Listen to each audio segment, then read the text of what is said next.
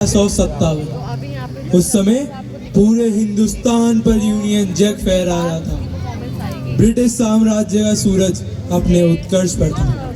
धीरे धीरे लाल होता हुआ हिंदुस्तान का नक्शा अब पूरी तरह लाल हो चुका था। मुगलों, मराठाओं और सिखों की शक्ति टूट चुकी थी। राजाओं, महाराजाओं, शहंशाहों, नवाबों और जागीरदारों ने हार मानकर अपने हथियार डाल दिए थे, लेकिन सामान्य हिंदुस्तानी ने हार नहीं मानी थी। उनके दिलों में आज़ादी की चिंगारी अभी जिंदा थी। वो चिंगारी बैरकपुर में 29 मार्च 1857 को विद्रोह की पहली लपट बनकर चमकी। सबर करो स्वामी जी, आप ये बात कब से कहते आ रहे हैं? मैं अभी भी यही कहूँगा। कब तक सबर करें? सब्र की कोई हद होती है, कोई सीमा होती है। इतनी बेसब्री से बनी बात बिगड़ जाएगी। इतने महीनों से हम फौजी लोग एक छावनी से दूसरी छावनी कमल का फूल और रोटी लिए घूम रहे हैं। हम सब जानते हैं। नहीं, सभी तिरंगे के बारे में पूछते हैं। कब तक हम चुप बैठे? सभी हिंदू सिपाहियों ने गंगा जी की कसम खाई है और मुसलमानों ने कुरान की। सभी की रगों में खून का उबाल है। सभी फिरंगियों को उखाड़ फेंकने के लिए बेचैन हैं, और आप आकर कहते हैं सब्र करो। बस 31 मई तक। ना जाने कब आएगी 31 मई। अटेंशन! मेरा है, सुनता नहीं है। अटेंशन! I said attention! हम इस चर्बी वाले कारतूस को मुंह से नहीं काटेंगे। इसमें गाय की चर्बी है, इसमें सूअर की चर्बी है। हमने कंपनी को अपना धर्म नहीं बेचा। हम अपने धर्म के लिए अपनी जान पर खेल जाएंगे। Shut up, you bastard! क्या कहा?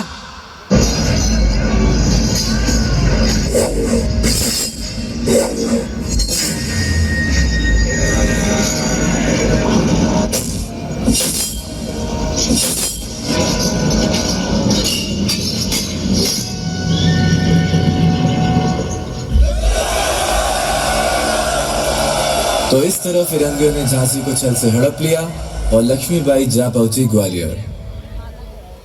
हम मराठा साम्राज्य की स्थापना ग्वालियर से करेंगे। 3 दिन हर हर महादेव की चिंगारी को हमें पूरे देश में जगाना है। आजादी तो एक दिन मिलनी ही है, मगर उससे पहले हमें हमारे अपनों को जगाना है। हिंदुस्तान के लिए एक ब्रिटेनी सरकार जैसी रिप्रेजेंटेटिव सरकार की मांग है, जिसमें मेजॉरिटी की हुकूमत होती है। और अगर ऐसा होता है तो इसका मतलब होगा कि हिंदू हिंदुस्तान में हमेशा हुकूमत करेंगे और मुसलमान कभी नहीं। मैं नहीं समझता कि कौमी सरकार का क्या मतलब है।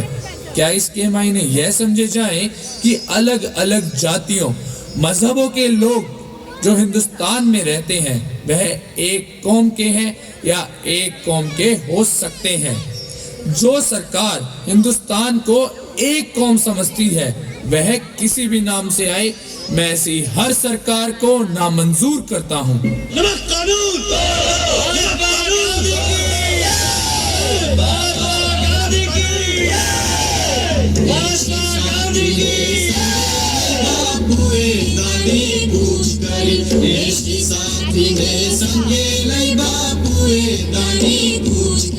मीठू चोरियों पकड़ाया सब गोराए आंखों लाल करे। साथी ने संगे लई बापुए दानी पूछ करे। देश मही दावानल प्रगट्यो लाखों ललकार करे। देश मही दावानल प्रगट्यो लाखों ललकार करे। भूखा न्यू जंगलों को ना जानता दरकार करिए। साथी ने संगे लई बापुए दानी पूछ करे। साथी ने संगे लई बापुए दानी पूछ करे।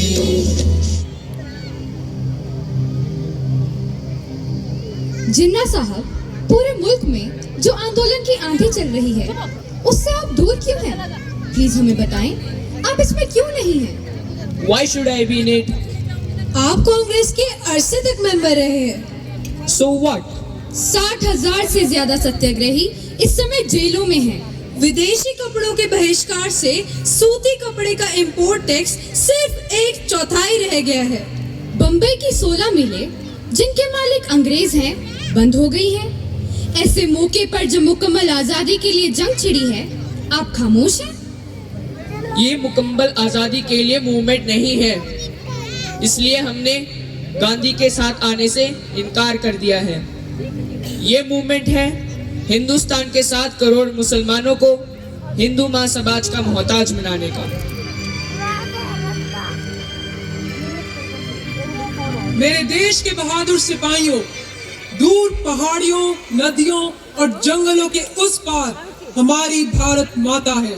वो बंदी है, गुलामी की जंजीरों से जकड़ी हुई वो रो रही है। तुम लोग उसकी सिसकी सुन रहे होंगे। वो अपने बच्चों को बुला रही है, उनसे कह रही है कि मेरे बच्चों आओ, आकर मेरी जंजीरें काटो, मुझे आजाद करो। भारत माँ के बच्चे तुम लोग हो, तुम जाओगे उसे आजाद करने, तुम जाओगे उसे आजाद करने। मैं तुमसे कुछ वादा नहीं करता, सिर्फ एक वादा है, सिर्फ एक सौदा है। तुम मुझे खून दो, मैं तुम्हें आजादी दूंगा।